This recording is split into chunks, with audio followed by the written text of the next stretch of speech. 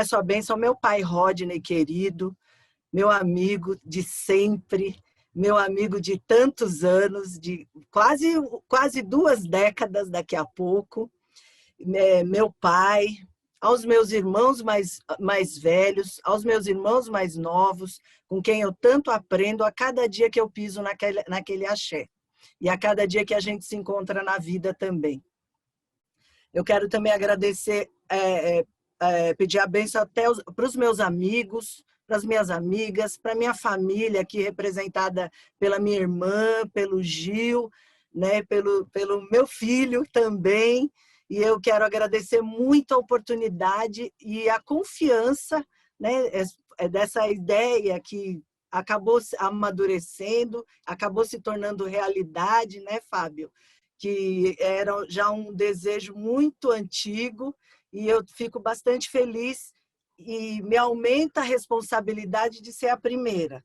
Mas aqui eu vou compartilhar daquilo que eu sei e do lugar de onde eu falo com mais confiança, que é do chão da escola. Então, eu espero que a gente tenha uma noite bastante promissora, bastante feliz e com muitas trocas. Eu quero também falar que quando o Fábio me avisou que a conversa seria muito maior, me deu um certo medinho, tamanha responsabilidade de estar aqui. E que Soró seria não só uma conversa entre nós, mas uma conversa entre muitos amigos. E assim sigamos. E a ideia, então, quando ele me pediu para falar o que eu gostaria de falar, eu pensei, puxa, eu vou falar do lugar onde eu me sinto mais segura, que é exatamente do lugar da escola, de onde estão as crianças, de onde estão as crianças com quem eu lidei praticamente muito mais do que a metade da minha vida. Brevemente vocês vão saber quanto foi, mas outro dia eu fiz as contas, assim, ouvi alguém dizendo, nossa, estou há 20 anos trabalhando, eu estou há 40 anos trabalhando com crianças. Desde os meus 17 anos, eu trabalho com crianças, né, em diversas situações e sempre na escola pública. Então, a ideia é aqui falar um pouco sobre nosso tema é crianças e mitologia dos orixás. O que e por que saber? Mas só que para falar de crianças, antes de falar das crianças, eu vou falar de mim. Eu preciso falar da minha criança também. Né? Eu preciso começar contando para vocês da minha criança e contando também para vocês que todos nós aqui um dia tivemos oportunidade e contato com inúmeras narrativas, com inúmeras formas de saberes que por nós muitas vezes foi desconsiderado por força da experiência que nós tivemos uma vida inteira focada numa educação eurocêntrica ou americana, com foco nas experiências do que os europeus diziam que era bom para nós aprendermos. E eu nasci paulistana. Eu nasci paulistana do encontro da minha mãe de Varginha, de Minas Gerais, com meu pai baiano de Salvador, aqui em São Paulo. Eu e a minha irmã, Valquíria, que está aqui. Na infância, ela costuma dizer que eu lembro de muitas coisas que às vezes ela não lembra. E eu lembro de quando a gente era pequena, da minha mãe contando histórias de Uai para nós. Histórias de Uai eram histórias de medo, eram histórias da menina pobre que morava no interior de Minas Gerais, era história da menina que brincava com boneca de espiga de milho. Eram histórias, acreditem se quiser, a minha mãe inventava histórias e a minha mãe, junto com as 4 irmãs dela, inventaram uma língua. Isto é muito louco e é muito, muito sui generis, que pessoas com escolaridade tão pequena, minha mãe estudou muito pouco, segundo, terceiro ano, se a gente fosse comparar com hoje, e ela inventava muitas histórias para mim e para minha irmã na hora de dormir. E essas histórias eram sempre contadas no escuro. Isso que era o mais engraçado ainda. A gente não tinha medo do escuro, porque ela contava, era um quarto que a gente dormia juntos, né? Ela e meu pai, e a minha irmã e eu, né, cada uma na sua caminha, mas era um quarto que ela contava histórias e, né, e eu, ao mesmo tempo que eu via, eu imaginava também todos aqueles seres que ela falava, que ela contava. Então, as histórias de peleja, a peleja era a coberta que elas davam nomes para as cobertas, para os objetos muito interessantes. Então, a coberta de peleja era aquela que uma irmã puxava de cá e a outra puxava de lá. Então, elas pelejavam a noite inteira para ficarem cobertas. Elas pelejavam a noite inteira e aquilo virava uma história para nós também, um jeito de lidar com tudo aquilo. Das histórias que ela contava que envolviam esse avô muito bravo, um avô, meu avô ficou viúvo muito cedo, minha mãe perdeu a mãe com 9 anos, mas esse pai ficou com as crianças, com os 9 filhos que ele tinha, né, 4 mulheres e 5 homens, e de vida inteira, mas ele era muito bravo, conta minha mãe. E conta minha mãe que precisou também inventar a língua. E então ela dizia coisas assim, por exemplo, o vonva genhate kumbampá. Ou riam dele dizendo isso. Ou ainda, o orixã panembum frito não conhala nada de o que lonhele gaorivo. Isso quer dizer, nosso pai tem parte com coisa ruim. O vonva tem conate com bampá. E o outro era Urixã punhembu frito num conhala nada de o que lonhele gaorivo. Pandeu. Nossa, o cabelo dele tá muito feio hoje. Não fala nada porque ele tá bravo. Ele bebeu. Então, assim, estas histórias que a minha mãe contava, foram me fazendo virar uma pessoa interessada por contar história, por saber de histórias, né? E acabei indo para essa coisa de me tornar professora. Eu posso dizer que a gente, embora tendo uma mesma infância muito parecida com muitas crianças negras, né? A minha mãe trabalhava como empregada doméstica, mas era ela teve uma oportunidade, talvez, de trabalhar numa casa que havia condições de que ela nos mantivesse só estudando, e essa foi uma decisão política. Eu falo para minha mãe, ela não entende isso, óbvio, né? Ela não entende também que é o que aconteceu naquele momento em que a casa que nós morávamos era uma casa que foi pedida pelo senhorio para se tornar, e assim, não ter onde morar e construir às pressas 2 cômodos e cozinha em Budas Artes,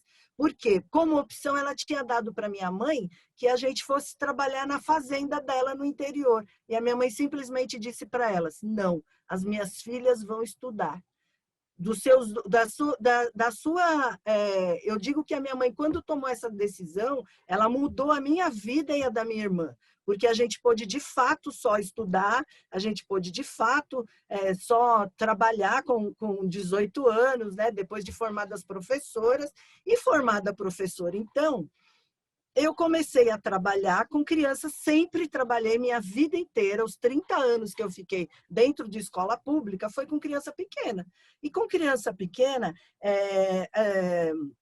de 3 a 5 anos de idade, a gente costuma ler, né? A gente costuma levar muitos livros infantis, e a falta que existia naquele momento, né, que não teve na minha infância, né, que as crianças negras que eu conheci, que podiam contar alguma história para mim, eram as crianças negras, que a minha mãe foi, a minha mãe, os irmãos e os tios, eu só conhecia aquelas histórias daquelas crianças negras, não eram histórias possíveis e visíveis dentro da escola que eu estudei, e muito menos dentro da escola que eu também fui professora. Né? Com os anos com o passar dos anos, eu gosto de contar assim, que a minha mãe também, ela falava assim para a gente, casa e comida e a calça stop e o tênis bamba, eu garanto para vocês até o fim do colegial. Mas se vocês quiserem fazer faculdade, vão ter que pagar. Porque olha aquela ideia do Martinho da Vila, de felicidade. Passei no vestibular. Então, veja só, que é a mesma ideia de preciso trabalhar para garantir o leitinho das crianças. De onde vêm essas ideias? De onde vêm as ideias de que o leite que a mãe produz não é um leite suficiente para amamentar os seus filhos? De onde vêm essas histórias? De onde vêm esses mitos? Quem cria esses mitos para nós? Não é?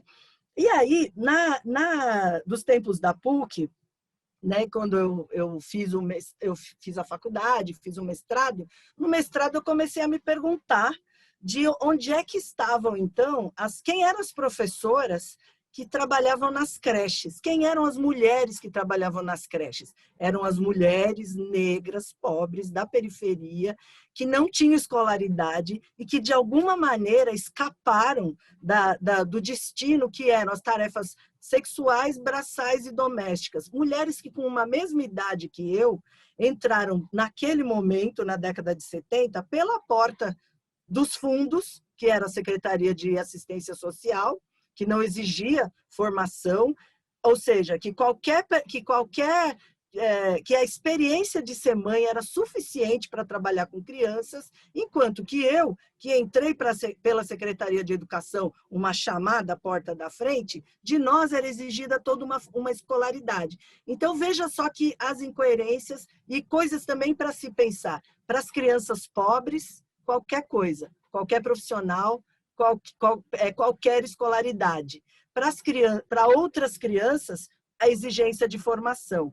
Agora, evidentemente, entrar para assistência social, para essas mulheres negras, acabou trazendo para elas uma outra forma de vida, uma outra possibilidade por se tornarem servidoras públicas. Então, para essas mulheres entrar no serviço público, fez com que elas saíssem de um círculo vicioso, né, que era esse lugar de mulher negra, para entrar num lugar, para um círculo virtuoso de oportunidades.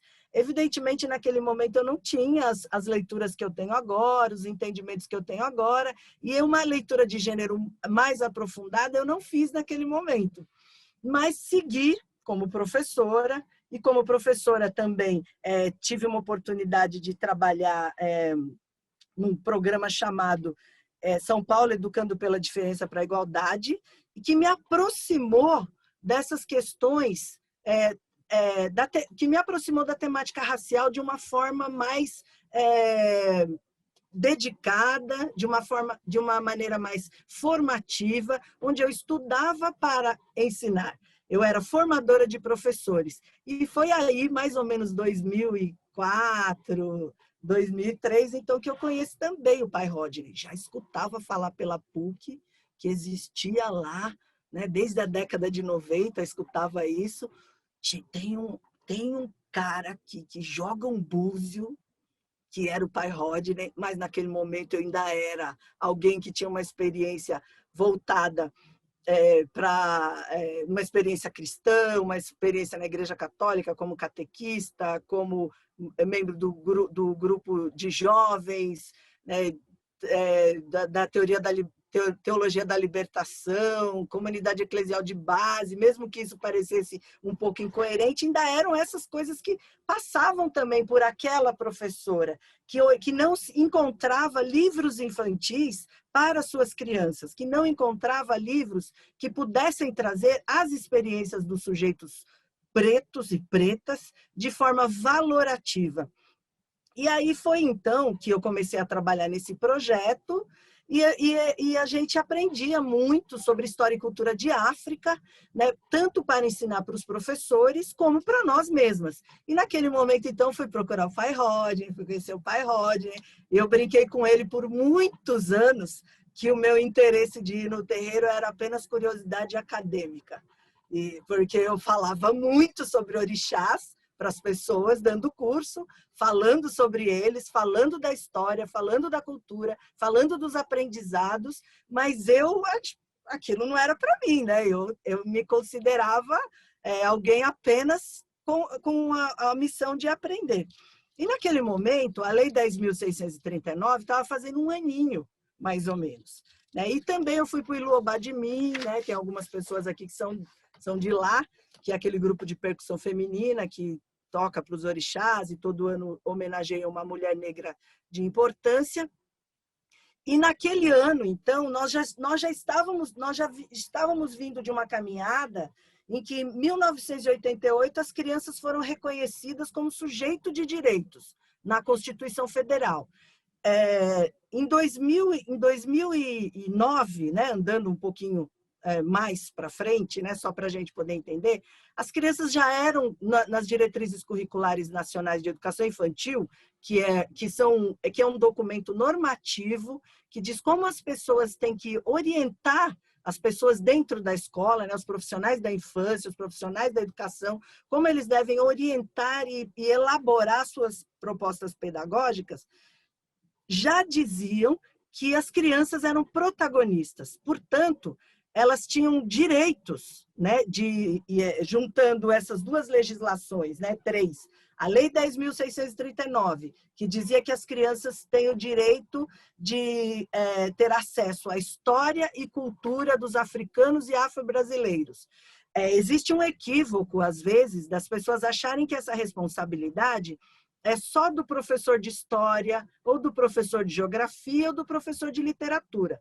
Acontece que esta lei, ela alterou a Lei 93/94, que é a Lei de Diretrizes e Bases da Educação Nacional, que organiza todo o currículo nacional, que diz como as escolas devem se organizar em termos de sistemas público, privado, em nível federal, estadual, municipal. Portanto, esta alteração, ela se submete também à educação infantil, porque a educação infantil ela é parte da educação básica. Né? E sendo parte da educação básica, as crianças devem ter o direito a esta história e cultura de africanos e afro-brasileiros. Naquele momento também, era um momento de que, né, muitos de vocês sabem, né, naquele momento meu filho tinha 12 para 13 anos e ele estava estudando mitologia africana, mitologia grega na escola. E a escola que ele estudava tinha por hábito, todos os anos, finalizar o ensino fundamental com alguma peça de teatro. E naquele ano ele seria Zeus. E imagina o conflito para mim, eu trabalhando com formação de professores, com foco na questão de história e de cultura, e dentro de casa o meu filho sendo Zeus e achando aquilo muito bacana, mas espera um pouco, vamos ver o que tem, vamos ler outras coisas. E aí ele começou a estabelecer relações, fazer analogias.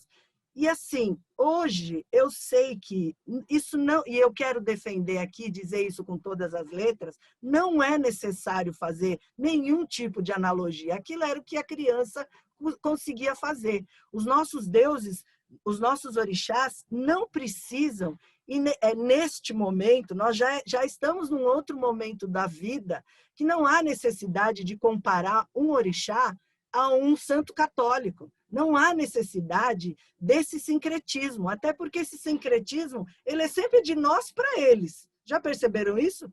Dentro de uma missa, nunca um padre vai dizer que Santa Bárbara é Iansã. Ele não vai dizer isso lá dentro. Né? Eu estou dizendo de formas mais ortodoxas. Né? Então, é absolutamente desnecessário, e eu parto, então, da ideia de que a criança, o jovem, tem como direito, não só a criança e o jovem, mas nós, todas as pessoas em diásporas aquilombadas no Brasil, temos o direito a esses saberes. E temos o direito de verbalizar orgulhosamente essas histórias. Né? Essas histórias, orgulhosamente verbalizar a mitologia atravessada pelas palavras, que remetem ao continente africano, inclusive. Existe uma estudiosa que chama Joyce Helena King, que ela fala que isso é um tipo de alfabetismo diaspórico, Portanto, como eu defendo uma educação patrimonial, mas no sentido de que é um patrimônio nosso, enquanto pessoas aquilombadas, pessoas em diáspora aquilombadas no Brasil, ou pessoas brasileiras, brancas, negras, enfim, todas que moram no Brasil, é um direito nosso termos acesso a esses conhecimentos. Né? E não só a mitologia dos gregos. Ninguém compara os gregos com os deuses gregos com nenhum deus outro de uma outra cultura. Portanto, os nossos não precisam ser comparados. Uma outra questão também que me faz pensar e que inclusive me motivou, né, a pensar em como escrever um livro, né? Eu vou agora falar um pouco também de como a gente vê a falta e a ausência. Quero trabalhar um pouco com essas duas ideias de falta e ausência, né? A falta, né, para mim, era representada para mim como aluna, como professora, né? Era a história dos nossos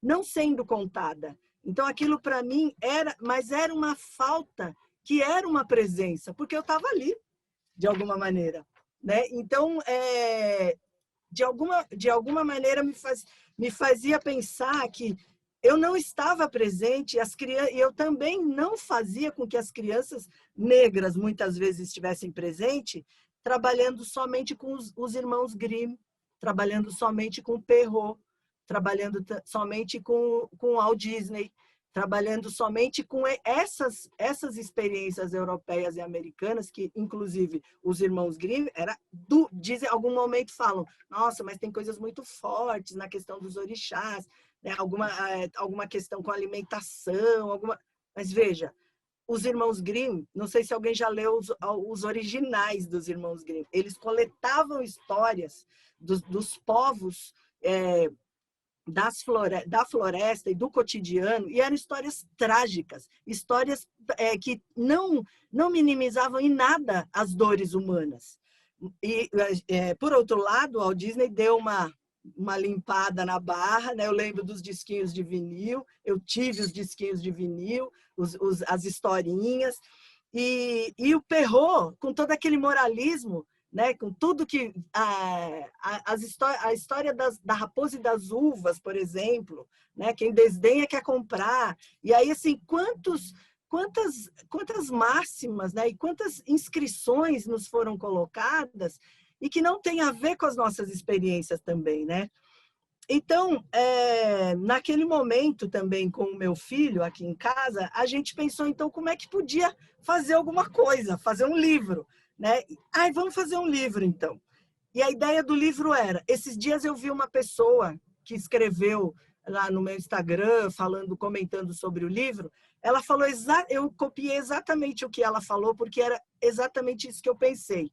Um livro com texto breve e objetivo que apresentasse os orixás com suas características particulares, como saudação, cores, a força da natureza onde ele se manifesta, complementado pela ilustração. Ilustração com traços familiares, que lembrassem pessoas conhecidas ou que encontramos cotidianamente. Enfim, um livro para desmistificar os orixás e, consequentemente, as religiões de matriz africana, em especial o candomblé. Era isso só que eu queria saber naquele momento. E eu imagino que existem muitas pessoas que querem saber só isso. Naquele momento, naquele 2004, era suficiente para mim, como professora, como mãe, né? E não como uma pessoa iniciada, que hoje eu sou, ter outros saberes. Eram os saberes necessários e eram os saberes importantes, porque são saberes que me conectam, são saberes que conectam as pessoas que, mesmo não estando em profissão de fé, podem se apropriar no bom sentido, né, pai Rodney? E fazer dessa experiência um bom saber. Por outro lado, a ausência, eu digo que, por muito tempo, a ausência da mitologia dos orixás era falta. Mas, de algum modo, ela está em cada um de nós, aconchegada na memória de quem veio antes de nós. Né? Eu fico pensando nessas experiências vividas, nessas experiências que nos relatam os mais velhos, né? Nos saberes de ervas, nos saberes de benzimento, o quanto não tem de nós nessas ausências, né? O que aparentemente é ausência, porque ausência não é a falta. A falta era a inexistência de um livro onde eu pudesse me ver.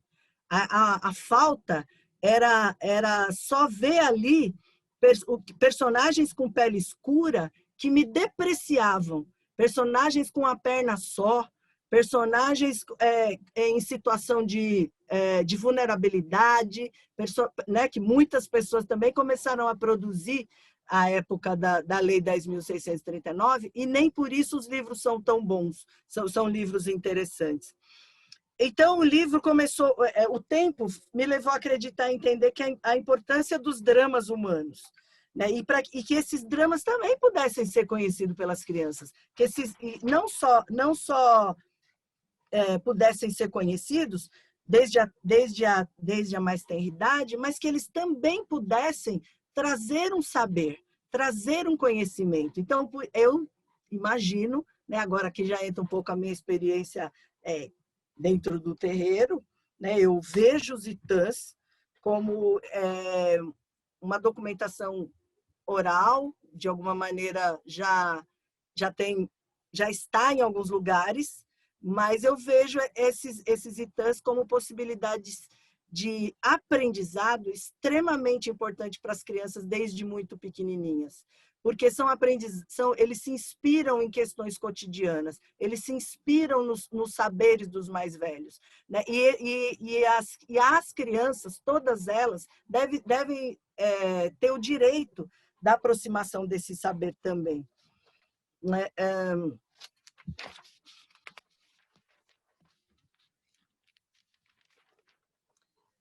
E aí eu pensei, né, em realizar um tipo de literatura, né, que seja para as crianças,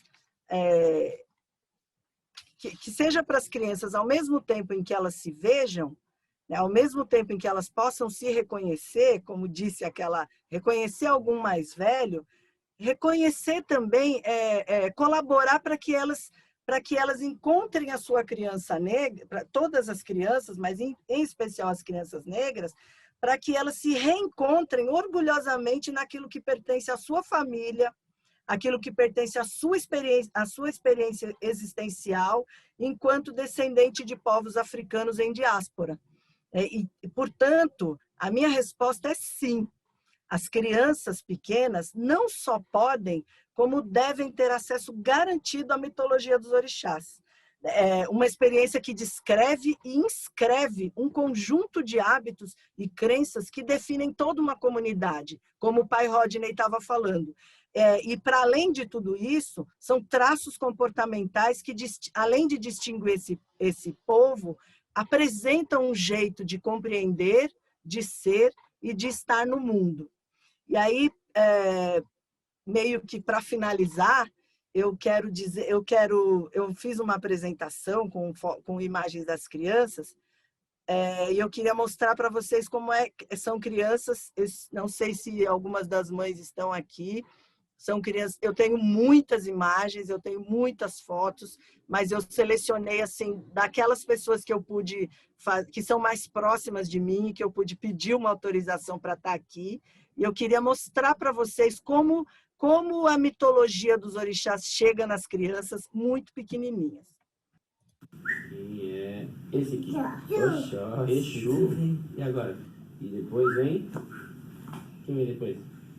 Que é esse aqui, Exu, e agora?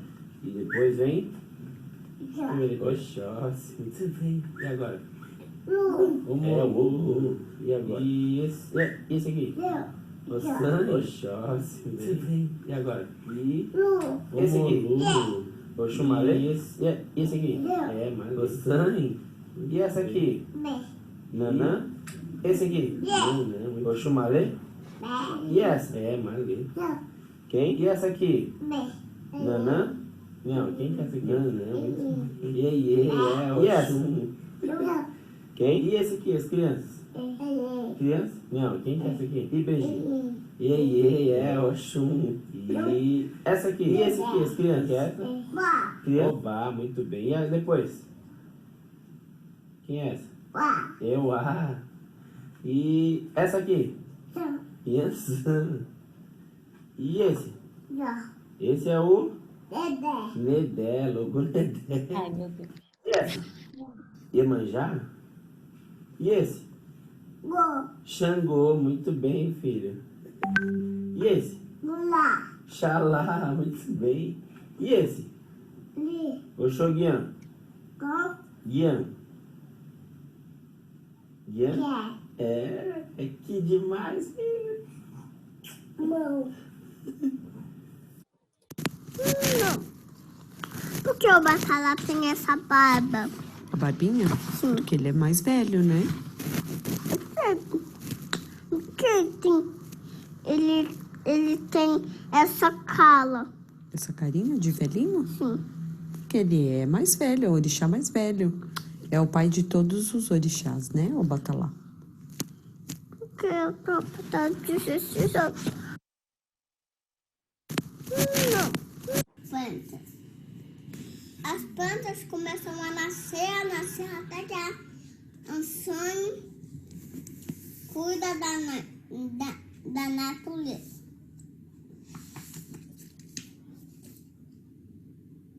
E esse? Oxu? O Sumalê. O Sumalê tem as suas cores: cobras, vestidos e zumbi. Nanã é velhinha. Ela gosta de rosto e o rosto é a casa dela. Ela mola na lama e também com seu cocoloco. A Nanã senta. Oxum é o deus da cachoeira. Ela é amarela e nada no rio.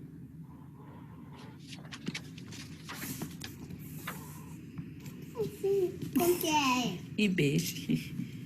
Os ibejes são gostados.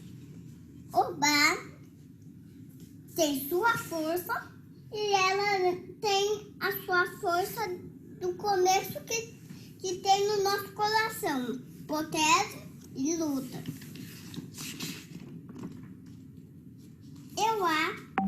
Ela tem muitas copas e faz muitas coisas. Fumaça e cobra. Olhar é o deus do trovão e da espada.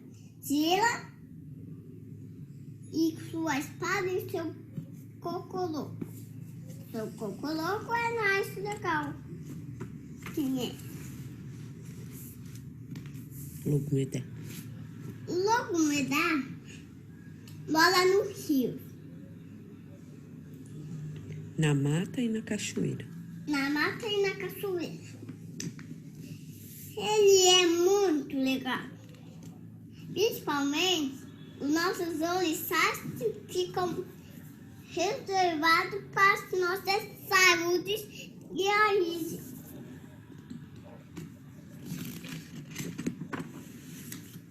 Iemanjá é o deus do mar.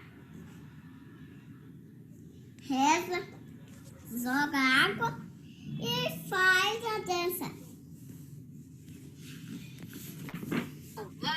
Xangô é o deus dos trovões.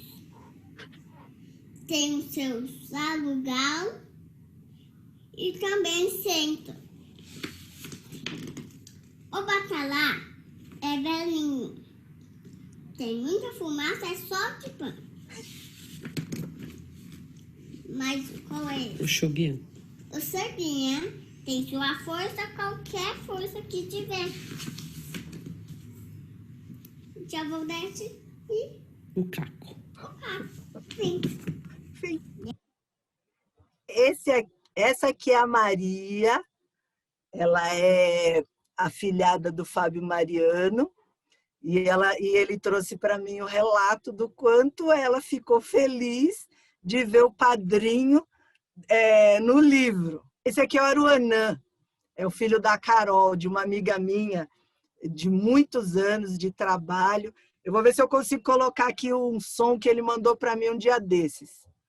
Olha, então, eu perdi meu livro do Orixá. Perdão, não, eu perdi sim, eu não tô achando.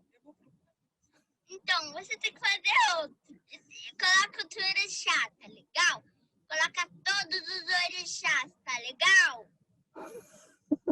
Então, aí, como vocês já viram, eu estou com uma nova encomenda para fazer um novo livro de orixá, porque a Aruanã acha que perdeu o dele, mas não perdeu, não. A Carol já me garantiu que está em casa, mas estou com uma encomenda.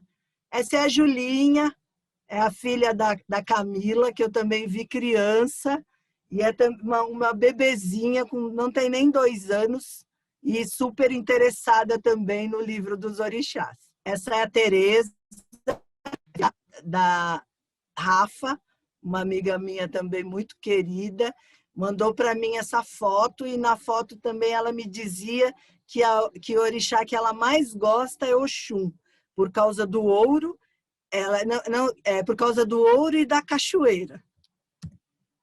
Essa é a Aira de novo, mais recente, né? Na verdade, essa é uma foto daquele dia que ela leu. A Aira é do Ilu Obar de mim, ela toca alfaia, essa pequenininha, e já está aí aprendendo dos orixás. Essa é a Pietra, minha irmãzinha de santo, é filha da Iá Dilma. A Pietra aqui estava conferindo se Nanã estava de fato como ela achava que era. Depois ela me contou isso também, foi uma experiência bem bonita. E aqui, Exu nas escolas, né? Então, essa é uma experiência linda da professora Suzana, que é uma professora lá do Campo Limpo, que levou meus livros para a escola e fez um trabalho muito bonito com as crianças, né? Apresentando os orixás, levando elementos, eu não sei, aqui em cima dá para vocês verem, os alimentos, fez bonecos com as crianças, fez Oxóssi, levou, olha aqui um inhame de Ogum.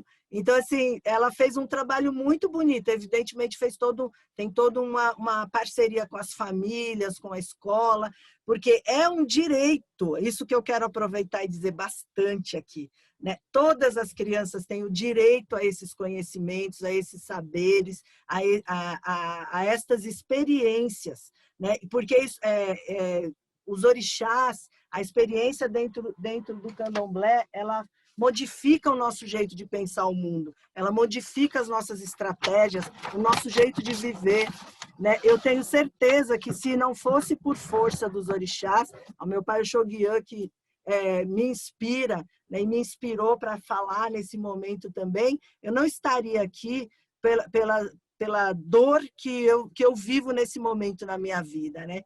E eu quero finalizar dizendo que esta aproximação com esses conhecimentos, eu sou muito nova ainda no candomblé, eu vou ainda comemorar o meu primeiro 7 anos de noivado com o Oxoguian, o ano que vem, né? O ano que vem que eu vou renovar meus votos com fé nos orixás, e por essa razão, né? E dessa forma eu quero terminar dizendo que esta aproximação me faz hoje pensar e entender que ainda bem que eu aprendi que o mundo Nagô não abandona ninguém. Antes de eu dizer isso, eu quero dizer que eu fui para a tarde de autógrafos, viu? Essa menina que está no meu colo, se sentia orgulhosamente de estar do meu lado, de saber que poderia existir, sim, uma escritora negra e que ainda por cima falasse de orixás, que era a religião dela também. A construção desse livro, ele se inspirou na minha própria necessidade, na minha própria curiosidade, na minha desejo de ter isso para minhas crianças na escola e para o meu próprio filho em casa, né? Então, quando eu vejo as mães e o processo de criação desse livro, ele nasceu exatamente no momento que o meu filho, que eu vi acontecendo dentro da minha casa uma história de mão única. Eu sendo uma profissional da infância, uma profissional da educação, uma profissional comprometida com formação de professores, eu vi o meu filho sendo educado numa escola que eu considerava de ponta, né? Porque a gente sempre escolhe as melhores coisas para os próprios filhos, né? Para os filhos e para os nossos queridos, e eu vi o meu filho aprendendo uma história de mão única. Então, se ele estava aprendendo uma história de mão única, quantas crianças que não tinham uma mãe que pudesse pensar isso, viram outras coisas, né? E então a ideia desse livro era que eu pesquise o que a gente sabia, o que a gente queria saber, o básico. A gente queria saber a cor dos orixás, o nome dos orixás. A gente sabia que Xangô era do trovão, porque ele já fazia as analogias com Zeus, né? A gente sabia que Santa Bárbara, por força do sincretismo religioso, era Iansã. Mas a gente queria, de fato, saber quem era Iansã, que força era essa, que experiência, de que reino, de onde elas vieram, ela veio, que pudesse, então, nos fortalecer, nos dignificar, nos orgulharmos de ser quem somos, né? Nós, família negra, né? Então, ele nasce nesse contexto e ele ficou guardado por 10 anos. Por 10 anos, as ideias do que seria, de como seria, que, aliás, eu posso dar um spoiler, que a minha nova editora já me autorizou. Meu pai Rodney já falou outro dia, né? Eu tenho que falar também hoje, né? Já tem um novo livro no forno e que eu quero... Ai, sumiu aqui, peraí. E nesse novo livro eu quero contar sobre a criação na perspectiva dos povos iorubá. Eu não preciso saber, não é possível que a gente viva no mundo que estamos agora sabendo de uma única perspectiva, de uma única só possibilidade, né? Então, e também eu quero dizer que o meu novo... não, isso eu não vou falar não, porque senão vai queimar. Mas, enfim...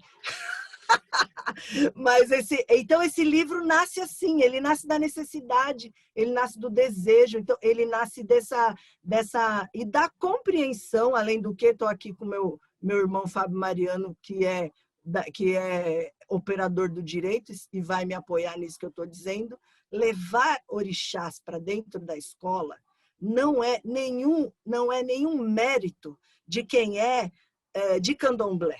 Levar orixá para dentro da escola é responsabilidade dos professores. Os profissionais da educação têm responsabilidade de levar para dentro da escola esse conhecimento, porque é um saber que diz respeito a uma determinada população, a um determinado grupo social, do qual muitos de nós descendemos. Então, é direito nosso ter acesso a esses conhecimentos. E mais do que isso está na legislação. Como eu já disse, existe a LDB, que é a lei maior. A lei maior diz lá que as propostas político-pedagógicas das escolas têm que contemplar a história dos africanos e afro-brasileiros, a história e cultura. Portanto, levar os orixás é levar história e cultura dos africanos. Eu estou fazendo para uma determinada faixa etária.